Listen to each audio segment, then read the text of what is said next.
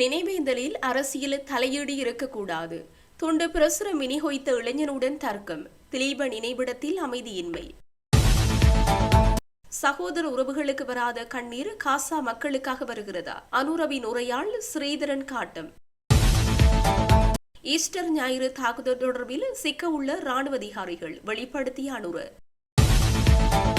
புதிய வாகன இலக்க தகடுகள் நவம்பர் 15ஆம் தேதி முதல் விநியோகிக்கப்படும். விமல் ரத்நாயக்க தெரிவிப்பு. திலீபனின் எண்ணமும் நோக்கம் இன்னும் நிறைவேறவில்லை. பார்த்திபன் இப்போதும் பசியோடுதான் இருக்கிறான். துரைராசா ரவிகரன் தெரிவிப்பு. முன்பிணை கோரி மனுஷ மனு தாக்கல். நாமலின் கிரிஷ் வழக்கு தொடர்பில் நீதிமன்றத்தின் உத்தரவு. கெகல்பத்ர பத்மே மறைத்து வைத்திருந்த துப்பாக்கி தோட்டாக்கள் மீன் சந்தைக்கு அருகில் மீட்பு.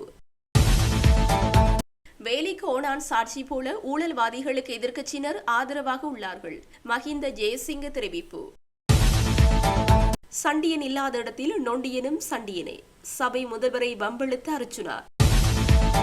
கொழும்பில் ஒரே மேடையில் கூடிய முன்னாள் ஜனாதிபதிகள். 2019 ஈஸ்டர் ஞாயிறு தாக்குதல்கள் தொடர்பாக எதிர்காலத்தில் 1 அல்லது 2 முன்னாள் ராணுவ அதிகாரிகள் கைது செய்யப்படுவார்கள் என்று ஜனாதிபதி அனுரகுமார திசாநாயக்க தெரிவித்துள்ளார். அமெரிக்காவில் வசிக்கும் இலங்கை சமூகத்தினருடனான சந்திப்பின் போது அவர் இதனை குறிப்பிட்டுள்ளார். தாக்குதல்களுக்கு பொறுப்பானவர்களை கண்டுபிடிப்பதில் தொடர்ச்சியான விசாரணைகள் கவனம் செலுத்துகின்றன என்று அவர் கூறியுள்ளார். அரசாங்கத்திற்கு கிடைத்த விசாரணை முழுமையற்றதாகவும் தவறாக நடத்தப்பட்டதாகவும் இருப்பதாகவும், எனவே புதிய விசாரணைகள் தொடங்க வேண்டியிருக்கும் என்றும் அவர் வலியுறுத்தியுள்ளார். மேலும் தாக்குதலுக்கு பொறுப்பானவர்களை கண்டுபிடிக்க முடியாமல் போனதற்கு அரசியல் ஒரு முக்கிய காரணம். ஈஸ்டர் தாக்குதல்களுக்கு பிறகு தாக்குதல்களுக்கு பொறுப்பானவர்கள் என்று சந்தேகப்படும் நபர்கள் ஆட்சிக்கு வந்தனர். தாக்குதல்களில் ஈடுபட்டதாக சந்தேகப்படும் நபர்களும் உயர் பதவிகளை வகித்தது கண்டறியப்பட்டது. அப்படியானால் அவர்களின் செயல்கள் எப்படி இருக்கும் என்று நீங்கள் கருதுகிறீர்கள் என்று ஜனாதிபதி அனுர கேள்வி எழுப்பியுள்ளார். அத்துடன் சாட்சியங்கள் அளிக்கப்பட்டு மறைக்கப்படுவதும் விசாரணை தவறாக வழிநடத்தப்படுவதும் நடந்த பிற சம்பவங்களில் அடங்கும் என்று ஜனாதிபதி சுட்டிக்காட்டியுள்ளார். இதுபோன்ற சூழ்நிலையில் எங்களுக்கு விசாரணை கிடைத்துள்ளது. நேற்று நடந்த சம்பவம் அல்ல, இன்று விசாரணை தொடங்கப்பட்டது. இது ஒரு கடினமான பணி.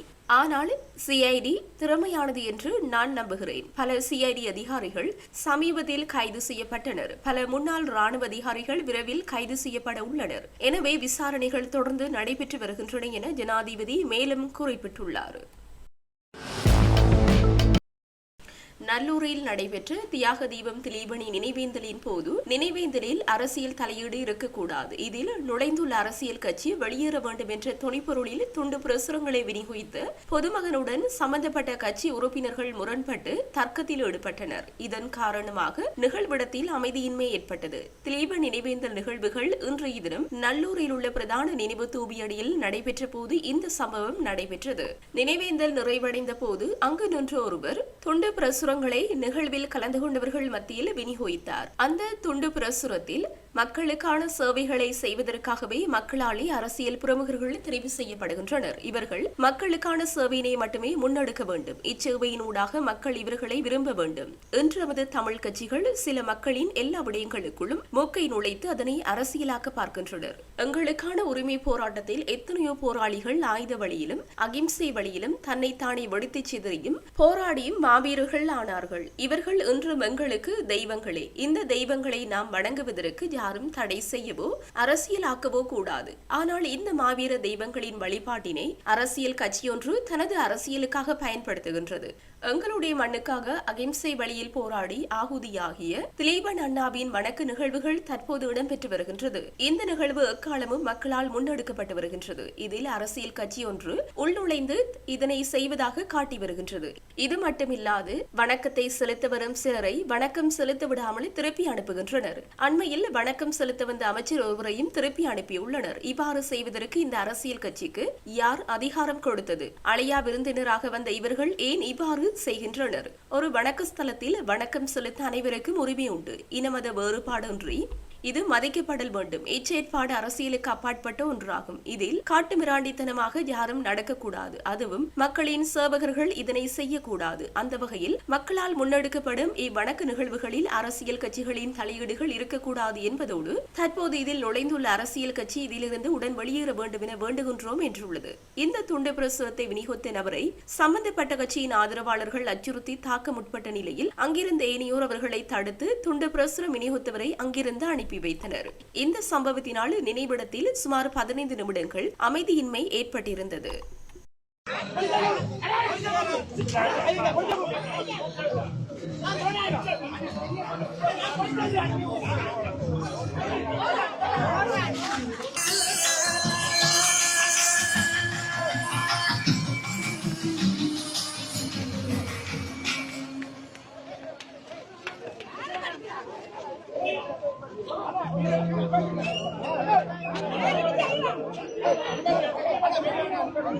அடிக்க கூடாது. நீங்க யாருக்கு அடிக்கிறதுக்கு என்ன உரிமை இருக்கு? ஒரு ஆள் அடிக்க கூடாது. என்ன அடிக்க கூடாது. அடிக்கிறதுக்கு என்ன உரிமை இருக்கு? அவரை ஏன் அடிக்கிறீங்க? அவரை ஏன் அடிக்கிறீங்க? நிப்பாட்டாட்டி என்ன செய்யுங்க? எடுக்காட்டி என்ன செய்யுங்க? அடிக்கிறதுக்கு என்ன உரிமை இருக்கு ஒரு ஆளுக்கு? நல்லா செய்வீங்க போங்க. ஏன் திலீபண்ணா உன்ன என்ன சொத்தா? ஏன் ஒரு அரசியல் கட்சிங்க சொத்தா திலீபண்ணா?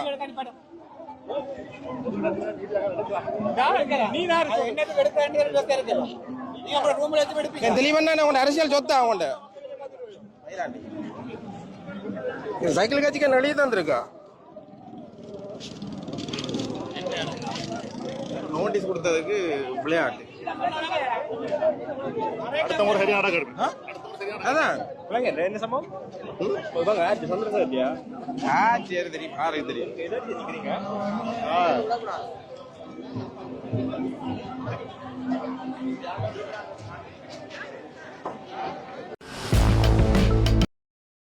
யாழ்ப்பாணம் என்பது தேசிய மக்கள் சக்தியின் வெத்தலை பட்டியலை என நாடாளுமன்ற உறுப்பினர் ராமநாதன் அர்ச்சுனா தெரிவித்துள்ளார். மேலும் சண்டியன் இல்லாத இடத்தில் நொண்டியனும் சண்டியனே என சபை முதல்வரை வம்பிழுக்கும் விதமாக கருத்து தெரிவித்துள்ளார். பலாலி விமான நிலையம் தொடர்பில் சபை முதல்வர் பிமல் ரத்நாயக்கவிடம் கேள்வி தொடுக்கும் போதே நாடாளுமன்ற உறுப்பினர் அர்ச்சுனா இதனை தெரிவித்துள்ளார். அவர் மேலும் தெரிவிக்கையில், கட்டளை சட்டம் 27 அமைவாக எழுப்பப்படும் வினாக்கள் கௌரவ வீதி துறைமுக மற்றும் உள்நாட்டு வெளிநாட்டு விமான சேவை அமைச்சர் மதிப்புக்கும் அன்புக்கும் உரிய பிமல் ரத்நாயக்க அவர்களே, கடந்த வாரம் யாழ்ப்பாணத்தில் நடந்த சிறப்பு ஒருங்கிணைப்பு குழு கூட்டத்தில் தங்களுடைய தலைமையில் யாழ் மக்களுக்கு மிகவும் அடிப்படையான உட்கட்டமைப்பு வசதிகள் தொடர்பாக தாங்கள் மிகுந்த சிரத்தையுடன் சிறப்பான ஒரு கூட்டத்தை கூட்டியது நினைத்து பெருமகிழ்ச்சி அடைகிறேன். அதில் விவாதிக்கப்பட்ட விடயங்களில் 2 முக்கியமான விடயங்கள் பொதுமக்களின் நலன் கருதி பாராளுமன்றத்தில் விவாதிக்கப்பட வேண்டிய விடயமாக மாற்றப்பட்டிருக்கிறது. முதலாவது, பலாலி விமான நிலையம் சர்வதேச விமான நிலையம் என்று தாங்கள் சொல்லிக்கொள்ளும் ஒரு இடம். இரண்டாவது, காங்கேசன் துறை இறங்குதுறை, அதை துறைமுகம் என்றும் பொருள் கொள்ளலாம். வடக்கு மாகாணத்தின் அபிவிருத்தியில் எந்த ஒரு நபருக்கும் இல்லாத அக்கறையை இந்த அரசாங்கம் செலுத்துவது கண்டு பூரிப்படைந்து தங்கள் அரசாங்கத்தின் அர்ப்பணிப்புகளை நினைத்து பூரிப்படையும் பாமர மக்களில் நானும் ஒருவன். ஆனால் வெறும் வாய்ப்பேச்சுகளால் ஒரு வருடத்தை கடந்துவிட்ட அரசாங்கத்திடமிருந்து நிலையான அபிவிருத்தி ஒன்றை வடக்கு மாகாணத்துக்கு பெற்றுக் கொடுத்து விட வேண்டும் என்ற அடிப்படையில் எதிர்க்கட்சியிலிருந்து மிகவும் கரிசனையுடன் சில விடயங்களை தங்களிடம் கேட்க வேண்டி இருக்கிறது.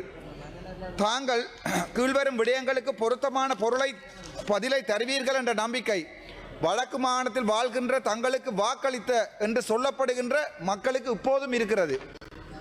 முதலாவது கேள்வி, வடக்கு மாகாணத்தில் இருக்கின்ற பலாலி உள்நாட்டு வெளிநாட்டு விமான நிலையத்துக்கு அதன் அபிவிருத்திக்காக தங்களுடைய அரசாங்கத்தால் 2025 ஆண்டு ஒதுக்கப்பட்ட மொத்த பணம் எவ்வளவு? அதில் 2025 ஆண்டு செப்டம்பர் மாதம் 21 வரை செலவழிக்கப்பட்ட பணம் எவ்வளவு?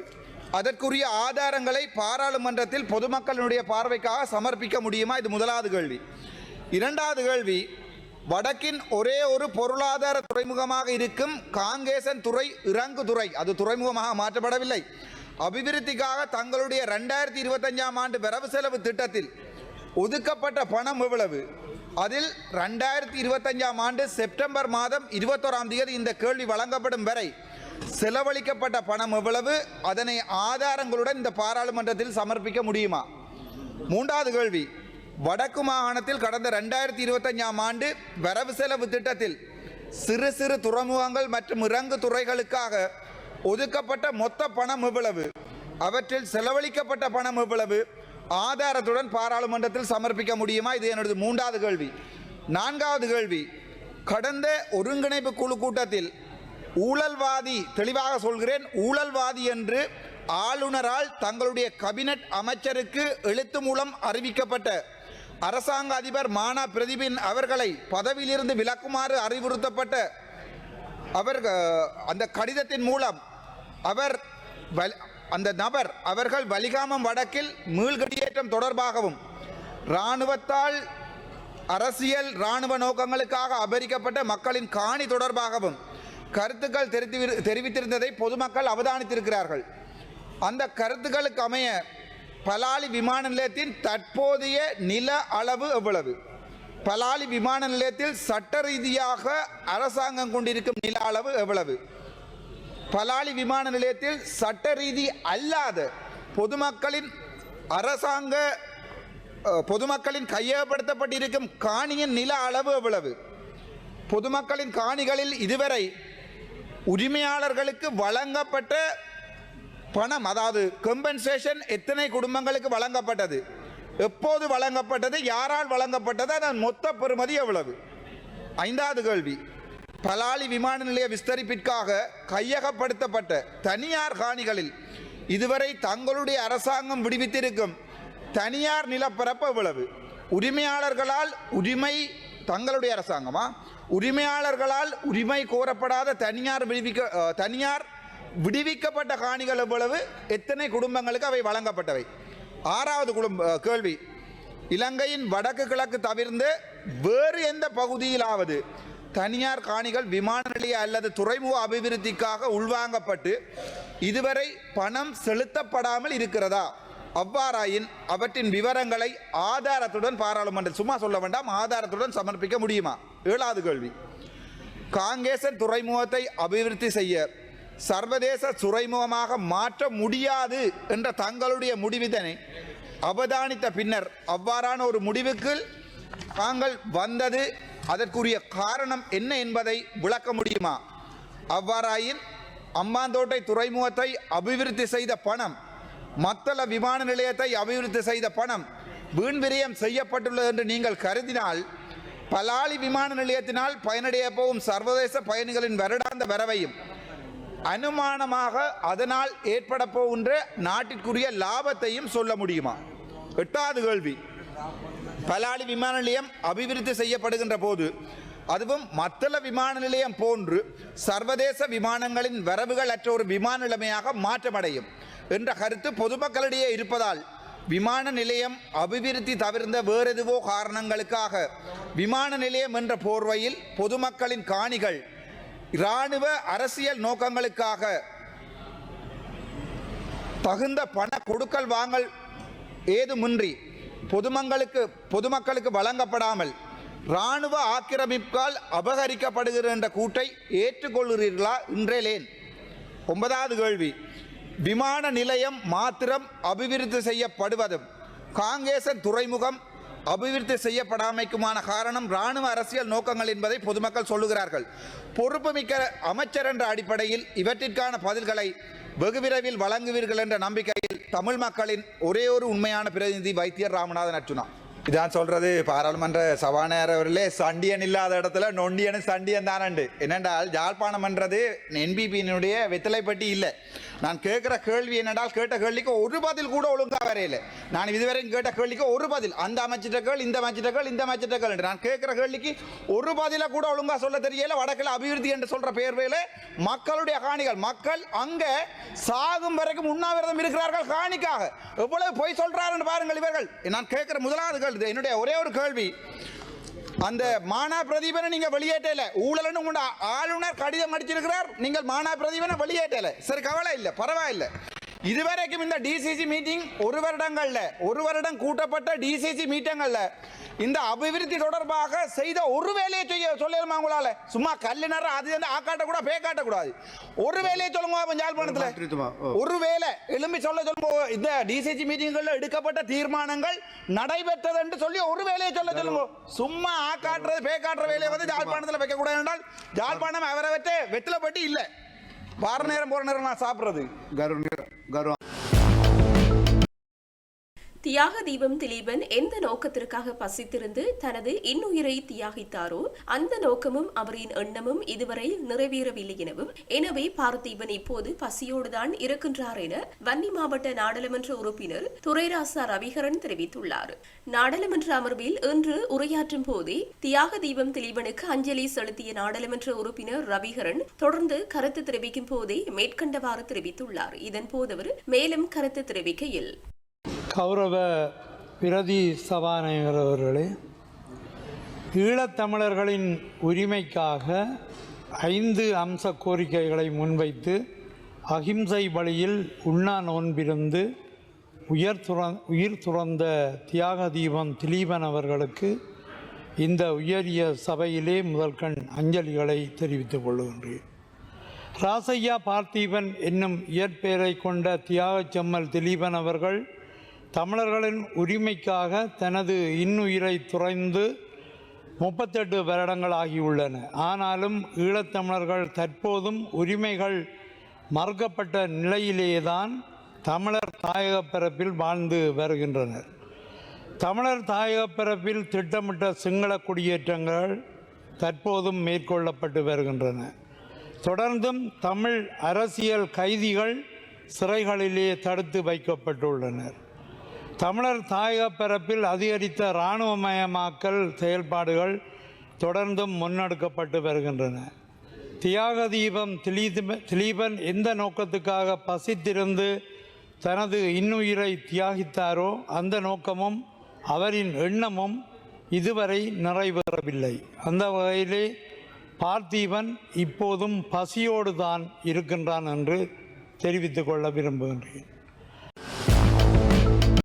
புதிய பாதுகாப்பு அம்சங்கள் மற்றும் நவீன தொழில்நுட்பத்துடன் கூடிய புதிய வாகன இலக்கத்தகடுகள் எதிர்வரும் நவம்பர் மாதம் 15ஆம் தேதி முதல் விநியோகிக்கப்படும் என போக்குவரத்து நெடுஞ்சாலைகள், துறைமுகங்கள் மற்றும் சிவில் விமான போக்குவரத்து அமைச்சர் விமல் ரத்நாயக்க தெரிவித்தார். பாராளுமன்றத்தில் இன்று நடைபெற்ற வாய்மூல விடைக்கான வேளையில் ஐக்கிய மக்கள் சக்தியின் கொழும்பு மாவட்ட பாராளுமன்ற உறுப்பினர் முஜிபுர் ரஹ்மான் எழுப்பிய கேள்விக்கு பதிலளிக்கும் போதே மேற்கண்டவாறு குறிப்பிட்டார்.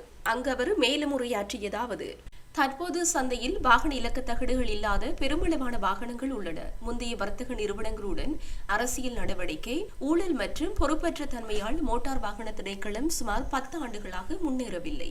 புதிய சாரதி அனுமதி பத்திரம் தயாரிக்கப்படும் அதேவேளை வாகன இலக்கத்தகடுகள் இல்லாத வாகனங்களுக்கு அடுத்த வாரம் தற்காலிக தீர்வுகள் வழங்கப்படும். அதே நேரம் புதிய பாதுகாப்பு அம்சங்கள் மற்றும் நவீன தொழில்நுட்பத்துடன் கூடிய புதிய வாகன இலக்கத்தகடுகள் எதிர்வரும் நவம்பர் மாதம் 15ஆம் தேதி முதல் விநியோகிக்கப்படும் என்றார்.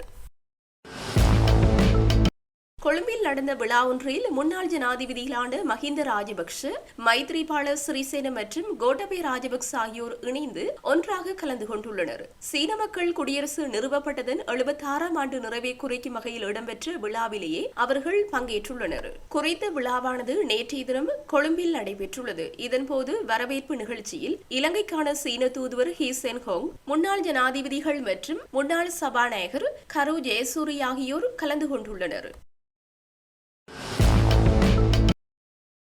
ஜனாதிபதி அனுரகுமார திசாநாயக்க யுத்த காலத்தில் நமது சகோதர உறவுகளுக்காக சிந்தாத கண்ணீரை தற்பொழுது காசாவில் இடம்பெறுகின்ற யுத்தத்தால் பாதிக்கப்பட்டவர்களுக்காக சிந்துகிறார் என நாடாளுமன்ற உறுப்பினர் சிவஞானம் ஸ்ரீதரன் தெரிவித்தார். இலங்கை தமிழரசு கட்சியின் கிளிநொச்சி கிளையின் ஏற்பாட்டில் தியாக தீபம் திலீபனின் நினைவேந்தல் கிளிநொச்சி பொது சந்தை முன்பாக நடைபெற்றது. பாராளுமன்ற உறுப்பினர் சிவஞானம் ஸ்ரீதரன் உள்ளிட்ட பிரதேச சபை தவிசாளர்கள், பிரதேச சபை உறுப்பினர்கள், பொதுமக்கள் என பலர் கலந்து கொண்டனர். இதன்போது கருத்து தெரிவித்த ஸ்ரீதரன் எம்பி, கடந்த கொடிய யுத்தத்தின் போது எமது உறவுகள் ஒருவேளை உணவு கூட இல்லாமல் இருந்த வேளையில் பல தாய்மார்கள், தந்தையர்கள், சிறுவர்கள் கொத்து கொத்தாக செத்து மடிந்தார்கள். அன்றைய காலத்தில் முக்கிய பதவியை வகித்த அனுரகுமார திசாநாயக்க அப்பொழுது நமது சகோதர உறவுகளுக்காக சிந்தாத கண்ணீரை தற்பொழுது காசாவில் இடம்பெறுகின்ற யுத்தத்தின் காரணமாக பாதிக்கப்பட்டவர்களுக்கு தனது கவலை தெரிவிக்கின்றார். அப்படி இரக்க மனத்தை கொண்டவராக இருந்தால் ஏன் நமது உறவுகள் செத்து மடிந்த போது தனது அனுதாபங்களையும் எந்தவித ஆதங்கங்களையும் தெரிவிக்கவில்லை என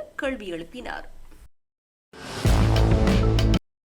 கிரிஷ் கொடுக்கல் வாங்கல் தொடர்பாக முன்னாள் அமைச்சர் நாமல் ராஜபக்சவுக்கு எதிராக சட்டம் அதிபர் தாக்கல் செய்த வழக்கில் கோட்டை நீதவான் நீதிமன்றத்தில் உள்ள அசல் வழக்கு கோப்பை அழைக்க நடவடிக்கை எடுக்குமாறு கொழும்பு மேல் நீதிமன்றம் இன்று அதன் பதிவாளருக்கு உத்தரவிட்டது. வழக்கு இன்று கொழும்பு மேல் நீதிமன்ற நீதிபதி நதி அபர்ணா சுவந்திரகொட முன்னிலையில் அழைக்கப்பட்டது. இதன்போது வழக்கின் பிரதிவாதியான நாமல் ராஜபக்சவும் நீதிமன்றத்தில் ஆஜரானார். பிரதிவாதி நாமல் ராஜபக்ச சார்பாக ஆஜரான ஜனாதிபதி சட்டத்திரணி சம்பத் மெண்டிஸ் பிரதிவாதி கோரிய சில ஆவணங்கள் இன்னும் முறைப்பாட்டு தரப்பால் தமக்கு வழங்கப்படவில்லை என்று நீதிமன்றத்தில் தெரிவித்தார். நியாயமான விசாரணைக்கு இந்த ஆவணங்கள் மிகவும் முக்கியமானவை என்றும் ஜனாதிபதி சட்டத்திரணி கூறினார். இதற்கு பதிலளித்த முறைப்பாட்டாளர் சார்பில் ஆஜரான பிரதி சொலிசிட்டர் ஜெனரல் வசந்த பெரேரா பிரதிவாதி கோரிய பெரும்பாலான ஆவணங்கள் ஏற்கனவே அவர்களுக்கு வழங்கப்பட்டுள்ளதாக நீதிமன்றத்தில் தெரிவித்தார். இதுவரை பெறப்படவில்லை என பிரதிவாதியால் கூறப்படும் ஆவணங்கள் குறித்து குற்றப்புலனாய்வு திணைக்களத்திடம் வழங்கக்கூடிய ஆவணங்களை உடனடியாக வழங்க நடவடிக்கை எடுக்கப்படும் என்றும் அவர் கூறினார். இதன்போது பிரதிவாதி கோரிய ஆவணங்களை அடுத்த வழக்கு விசாரணைக்கு முன்னதாக அவர்களுக்கு வழங்க நடவடிக்கை எடுக்க வேண்டும் என்று நீதிபதி கூறினார். பின்னர் நீதிபதி வழக்கை முன் வழக்கு விசாரணை நடவடிக்கைக்காக டிசம்பர் மாதம் 10ஆம் தேதிக்கு அழைக்குமாறு உத்தரவிட்டார். மேலும் கோட்டை நீதவான் நீதிமன்றத்தில் உள்ள இந்த வழக்கின் அசல் வழக்கு கோப்பு இன்னும் தனது நீதிமன்றத்தில் சமர்ப்பிக்கப்படவில்லை என்பதை சுட்டிக்காட்டிய நீதிபதி அதனை உடனடியாக தனது நீதிமன்றத்திற்கு அழைக்க நடவடிக்கை எடுக்குமாறு பதிவாளருக்கு உத்தரவிட்டார். இலங்கையில் ரக்பியை ஊக்குவிப்பதாக கூறி இந்திய நிறுவனமான கிருஷ்ணவிருது 70 மில்லியன் ரூபாய் நிதியை பெற்று பணமோசடி தடுப்புச் சட்டத்தின் கீழ் குற்றம் செய்துள்ளதாக குற்றம் சாட்டி சட்டமா அதிபரால் பாராளுமன்ற உறுப்பினர் நாமல் ராஜபக்சவுக்கு எதிராக இந்த வழக்கு தாக்கல் செய்யப்பட்டுள்ளது. நாடாளுமன்ற உறுப்பினர் ராமநாதன் அர்ச்சுனா கடமையில் இருந்த போலீஸ் அதிகாரி மீது தவறான வார்த்தை பிரயோகம் மேற்கொண்டதாக கூறப்படும் குற்றச்சாட்டு குறித்து விசாரணை நடத்தி நீதிமன்றத்தில் அறிக்கை தாக்கல் செய்யுமாறு கோட்டை போலீஸ் பொறுப்பதிகாரிக்கு கோட்டை நீதவான் உத்தரவிட்டார். இந்த உத்தரவினை நேற்று கோட்டை நீதவான் இஸ்ரு நெத்திகுமார பிறப்பித்துள்ளார். நாடாளுமன்ற உறுப்பினர் ராமநாதன் அர்ச்சுனா கடமையில் இருந்த கோட்டை போலீஸ் அதிகாரி ஒருவரின் கடமைகளில் தலையிட்டதாக கூறி போலீசார் விடுத்த கோரிக்கையை பரிசீலித்த பின்னர் நீதவான் இந்த உத்தரவை பிறப்பித்தார். கோட்டை தொடருந்து நிலையத்திற்கு முன்பாக காரை நிறுத்தியதற்காக நாடாளுமன்ற உறுப்பினர் அர்ச்சுனாவை போக்குவரத்து போலீசார் விசாரித்துள்ளனர். இதன்போது காரை குறித்த இடத்தில் ஏன் நிறுத்தினீர்கள் என போலீசார் வினவியதற்கு காரை இங்கே நிறுத்தாமல் உங்கள் தலையிலா நிறுத்துவது என அவமரியாதையாக போலீஸ் அதிகாரியிடம் நடந்து கொள்வது காணொலியில் பதிவு செய்யப்பட்டுள்ளது. நாடாளுமன்ற உறுப்பினர் மோட்டார் வாகன கட்டளை சட்டத்தை மீறியதாக கூறி கோட்டை போலீசார் கோட்டை நீதவான் நீதிமன்றத்தில் ஒரு பி அறிக்கையை சமர்ப்பித்தனர். சம்பவ இடத்தில் நடந்த வீடியோ காட்சிகளை பெறுவதற்கு சம்பந்தப்பட்ட தொலைக்காட்சி ஊடகங்களுக்கு உத்தரவு பிறப்பிக்குமாறு செய்யப்பட்ட கோரிக்கைக்கு கோட்டை நீதவான் இஸ்ரு நெத்திகுமாரகே அனுமதி வழங்கினார். பாதாள உலகக்குழு உறுப்பினரான கெஹல் பத்ர பத்மே மறைத்து வைத்திருந்ததாக கூறப்படும் 500க்கும் மேற்பட்ட T-56 ரக தோட்டாக்கள் பேலியகுடை மீன் சந்தைக்கு அருகில் மீட்கப்பட்டுள்ளன. இதன்போது T-56 ரக 4 மெகசீன்களும் மைக்ரோ பிஸ்டலையும் போலீசார் மீட்டுள்ளனர். மேல் மாகாண வடக்கு குற்றவியல் பிரிவு முன்னெடுத்த விசாரணைகளுக்கு அமைய இந்த தகவல் தெரியவந்தது. ஒழுங்கமைக்கப்பட்ட குற்றவாளியான கெஹல் பத்ர பத்மே என அழைக்கப்படும் மந்தினு பத்மஸ்ரீ உள்ளிட்ட பல பாதாள உலகக்குழு உறுப்பினர்கள் சமீபத்தில் இந்தோனேசியாவில் கைது செய்யப்பட்டனர். அவர்கள் தற்போது நாட்டில் தடுத்து வைத்து விசாரிக்கப்பட்டு வருகின்றமை குறிப்பிடத்தக்கது. ஸ்ரீலங்கா பொதுஜன பெரமுனவின் தேசிய அமைப்பாளரும் நாடாளுமன்ற உறுப்பினருமான நாமல் ராஜபக்ச பொது பாதுகாப்பு பிரதி அமைச்சர் சுனில் வட்டகளவுக்கு எதிராக சட்ட நடவடிக்கை எடுத்துள்ளதாக அறிவித்துள்ளார். நாட்டில் போதைப்பொருள் அச்சுறுத்தலுக்கு பின்னணியில் நாமல் ராஜபக்ச தொடர்பு பட்டிருப்பதாக வட்டகள குற்றம் சாட்டியதை தொடர்ந்து இந்த நடவடிக்கை எடுக்கப்பட்டுள்ளது. இதுகுறித்து இன்று தனது முடிவை உறுதிப்படுத்திய நாமல் இதுபோன்ற அவதூறு குற்றச்சாட்டுகளை இலகுவாக எடுத்துக் கொள்ள முடியாது என்பதை வலியுறுத்தி சட்ட நடவடிக்கைகளை மேற்கொண்டு வருவதாக தெரிவித்துள்ளார். செப்டம்பர் 10ஆம் தேதி நீதிபதி நாமலின் சார்பாக செயற்படும் சட்டத்தரணி சங்க கருணாரத்ன பிரதி அமைச்சரிடமிருந்து 1 பில்லியன் இழப்பீடு கோரி கோரிக்கை கடிதம் அனுப்பினார். இதற்கு பதிலளிக்கும் விதமாக சட்டத்தரணி மஞ்சுளா பாலசூரிய மூலம் பிரதியமைச்சர் வட்டகல செப்டம்பர் 22 நாமல் ராஜபக்சவிடமிருந்து 2 பில்லியன் இழப்பீடு கோரி கோரிக்கை கடிதம் ஒன்றை அனுப்பினார். இவ்வாறானதொரு பின்னணியில் இருவருக்கும் இடையிலான மோதல் தற்போது தீவிரமடைந்துள்ளமை குறிப்பிடத்தக்கது. மத்திய சுற்றாடல் அதிகார சபையின் கட்டண நடவடிக்கைகளை இன்று முதல் கௌபே மூலம் மேற்கொள்ள முடியும் என சுற்றாடல் அமைச்சு தெரிவித்துள்ளது. மத்திய சுற்றாடல் அதிகார சபையின் வாடிக்கையாளர்கள் இன்று முதல் கௌபே மூலம் எந்த ஒரு கட்டண பரிவர்த்தனைகளையும் மேற்கொள்ள முடியும் என அமைச்சு அறிக்கை ஒன்றை வெளியிட்டு தெரிவித்துள்ளது. அதன்படி மத்திய சுற்றாடல் அதிகார சபையின் வாடிக்கையாளர்கள் இந்த கட்டண முறை மூலம் திறமையான மற்றும் வெளிப்படையான சேவைகளை பெற முடியும் என்று எதிர்பார்க்கப்படுவதாக அமைச்சு குறிப்பிட்டுள்ளது. அரசாங்கத்தின் டிஜிட்டல் ஆளுகை கொள்கைக்கு இணங்க பல அரசு நிறுவனங்கள் தற்போது தகவல் தொழில்நுட்பத்தை பயன்படுத்தி தங்கள் கடமைகளை செய்து வரும் நிலையில் அதன்படி அரசு சேவைகளை டிஜிட்டல் மயமாக்குவதற்கான ஒரு படியாக கௌபே கட்டண வசதி இந்த ஆண்டு அறிமுகப்படுத்தப்பட்டது. தற்போது 137 அரசு நிறுவனங்கள் கௌபே மூலம் இணைக்கப்பட்டுள்ளதுடன் 138வது அரசு நிறுவனமாக மத்திய சுற்றாடல் அதிகார சபை இன்று முதல் கௌபே மூலம் எந்த ஒரு கட்டண பரிவர்த்தனையும் வாடிக்கையாளர்களால் மேற்கொள்ள வாய்ப்பு வழங்கியுள்ளது. தற்போது விளக்கமறியலில் வைக்கப்பட்டுள்ள சம்பத் மனம்பேரியை 90 நாட்கள் தடுத்து வைத்து விசாரிக்க வலஸ்முல்ல நீதவான் நீதிமன்றம் இன்று அனுமதி அளித்துள்ளது. மித்தனிய பகுதியில் ஐஸ் என்ற போதைப் பொருளை தயாரிக்க பயன்படுத்தப்பட்டதாக சந்தேகிக்கப்படும் ரசாயனங்கள் அடங்கிய 2 கொள்கலன்களை மறைத்து வைத்த சம்பவம் தொடர்பாக அவர் இன்று வரை விளக்கமறியலில் வைக்கப்பட்டிருந்தார். மேலும் குறித்த காணியில் ஆயுதங்கள் கண்டுபிடிக்கப்பட்ட சம்பவம் தொடர்பில் அவரை எதிர்வரும் அக்டோபர் 1 வரை விளக்கமறியலில் வைக்குமாறு வலஸ்முல்ல நீதவான் உத்தரவிட்டிருந்தமை குறிப்பிடத்தக்கது. லஞ்ச ஊழல் ஆணைக்குழுவால் தான் கைது செய்யப்படுவதற்கு முன்னர் முன்பிணையில் தன்னை விடுவிக்க கோரி கொழும்பு நீதவான் நீதிமன்றத்தில் முன்பிணை மனு ஒன்றை முன்னாள் தொழில் அமைச்சர் மனுஷ நாணயக்கார தாக்கல் செய்துள்ளார். இந்த மனு இன்று கொழும்பு பிரதான நீதவான் அசங்க எஸ் போதரகம முன்னிலையில் விசாரணைக்கு எடுத்துக் கொள்ளப்பட்டது. இதன்போது மனுஷ நாணயக்காரவின் சார்பில் ஆஜரான ஜனாதிபதி சட்டத்திரணி சாலிய பீரிஸ் நீதிமன்றத்தில் சமர்ப்பணங்களை முன்வைத்து விவசாய வேலைகளுக்காக ஸ்ட்ரேலுக்கு தொழிலாளர்களை அனுப்பியதாக கூறப்படும் முறைகேடு குறித்து லஞ்ச ஊழல் ஆணைக்குழு விசாரணை நடத்தி வருவதாக கூறினார். கடந்த 24 தனது கட்சிக்காரர் துபாயிலிருந்து இலங்கைக்கு வந்தபோது கட்டுநாயக்க விமான நிலையத்திற்கு வந்த லஞ்ச ஊழல் ஆணைக்குழு அதிகாரிகள் மேற்கூறிய விசாரணை தொடர்பாக வாக்குமூலம் அளிக்க ஆணைக்குழுவில் ஆஜராகுமாறு கோரி கடிதம் ஒன்றை வழங்கியதாக ஜனாதிபதி சட்டத்திரணி தெரிவித்தார். இது தொடர்பாக தனது கட்சிக்காரர் லஞ்ச ஊழல் ஆணைக்குழு கைது செய்வதற்கு முன்னர் அவரை முன்பிணையில் விடுவிக்க உத்தரவிடுமாறும் ஜனாதிபதி சட்டத்திரணி நீதிமன்றத்திடம் கோரிக்கை விடுத்தார். முன்வைக்கப்பட்ட சமர்ப்பணங்களை ஆராய்ந்து கொழும்பு பிரதான நீதவான் குறித்த முன்பிணை மனுவில் பிரதிவாதியாக பெயரிடப்பட்டுள்ள லஞ்ச ஊழல் ஒழிப்பு ஆணைக்குழுவின் பணிப்பாளர் நாயகத்திற்கு இந்த மாதம் 2 நீதிமன்றத்தில் ஆஜராகுமாறு அழைப்பாணை வழங்க உத்தரவிட்டார். ஊழல்வாதிகளுக்கு எதிராக லஞ்ச ஊழல் ஆணைக்குழுவின் பணிப்பாளர் நாயகம் சட்டத்தின் பிரகாரம் கடுமையான நடவடிக்கைகளை மேற்கொண்டுள்ளதால் எதிர்க்கட்சியினர் அச்சமடைந்து அவர் மீது அரசியல் முத்திரை பதிக்க முயற்சிக்கிறார்கள். வேலைக்கு ஓனான் சாட்சி போல ஊழல்வாதிகளுக்கு எதிர்க்கட்சியினர் ஆதரவாக உள்ளார்கள். நீதிமன்றம் சுயாதீனமாக செயற்படுகிறது என்பதை நாட்டு மக்கள் நன்கறிவார்கள் என தொழில் பிரதி அமைச்சர் மஹிந்த ஜெயசிங்க தெரிவித்தார். பாராளுமன்றத்தில் இன்று நடைபெற்ற கோப்குழு அறிக்கை தொடர்பான சபை ஒத்திவைப்பு விவாதத்தில் உரையாற்றுகையில் மேற்கண்டவாறு குறிப்பிட்டார். அங்கு அவர் மேலும் உரையாற்றியதாவது, முறையான விசாரணைகளின் ஊடாக பல விடயங்கள் வெளியாகும் போது ஊழல்வாதிகள் அச்சமடைவதையிட்டு நாங்கள் கலக்கமடைய போவதில்லை. நாட்டில் சட்டவாட்சி முறையாக செயற்படும் போது மோசடியாளர்கள் அச்சமடைந்துள்ளார்கள், அரசு சேவையாளர்கள் நெருக்கடிக்கு உள்ளாகியுள்ளார்கள் என்று எதிர்க்கட்சியினர் குறிப்பிடுகிறார்கள். அரசு சேவையாளர்கள் சட்டத்தின் பிரகாரம் சிறந்த முறையில் செயற்படுவார்களாயின் அவருக்கும் அச்சமடைய தேவையில்லை. அதனை விடுத்து கடந்த காலங்களை போன்று ஊழல் மோசடியுடன் செயற்பட்டால் அச்சமடைய வேண்டும். பாராளுமன்ற உறுப்பினர் தயாஸ்ரீ கடந்த 24 கல்கிசை நீதிமன்றம் என்னையும் அமைச்சர் வசந்த சமரசிங்கவையும் நகர மேயர் ரஞ்சன் ஜெயலாலையும் கைது செய்ய உத்தரவு பிறப்பித்துள்ளதாக குறிப்பிட்டார். அந்த வழக்கு தொடர்பான ஆவணம் மற்றும் வழக்கு குறிப்பு என்னிடம் உள்ளது. இந்த ஆவணங்களில் எவ்விடத்திலும் எம்மை கைது செய்யுமாறு குறிப்பிடப்படவில்லை. ஏன் அவர் இவ்வாறு குறிப்பிட வேண்டும்? ராஜபக்சர்கள் சட்டத்தை எவ்வாறு செயற்படுத்தினார்கள்? பாராளுமன்றத்திற்கு சட்டத்திறனிகளை அழைத்து வந்து எவ்வாறு செயற்பட்டார்கள் என்று நன்கறிவோம். ராஜபக்சர்கள் அன்று சட்டத்தை கையில் எடுத்து செயற்பட்டார்கள். இன்று சஜித் பிரேமதாசகளின் சகாக்களும் அவ்வாறே செயற்படுகிறார்கள். சுயாதீனமாக செயற்படும் நீதிபதிகளுக்கு அரசியல் முத்திரை குத்துவதற்கு முயற்சிக்கிறார்கள். லஞ்சம் அல்லது ஊழல் பற்றிய விசாரணை ஆணைக்குழுவின் பணிப்பாளர் நாயகம் ரங்க திசாநாயக்க மீது அரசியல் முத்திரை பதிக்க எதிர்க்கட்சியினர் முயற்சிக்கிறார்கள்.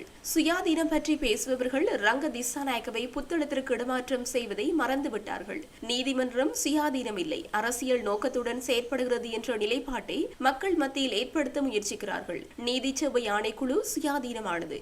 இந்த ஆணைக்குழுவுக்கு ஜனாதிபதியால் கூட கட்டளை பிறப்பிக்க முடியாது. ஊழல்வாதிகளுக்கு எதிராக லஞ்ச ஊழல் ஆணைக்குழுவின் பணிப்பாளர் நாயகம் சட்டத்தின் பிரகாரம் கடுமையான நடவடிக்கைகளை மேற்கொண்டுள்ளதால் எதிர்க்கட்சியினர் அச்சமடைந்துள்ளார்கள். வேலைக்கோனான் சாட்சி போல ஊழல்வாதிகளுக்கு எதிர்க்கட்சியினர் ஆதரவாக உள்ளார்கள் என்றார்.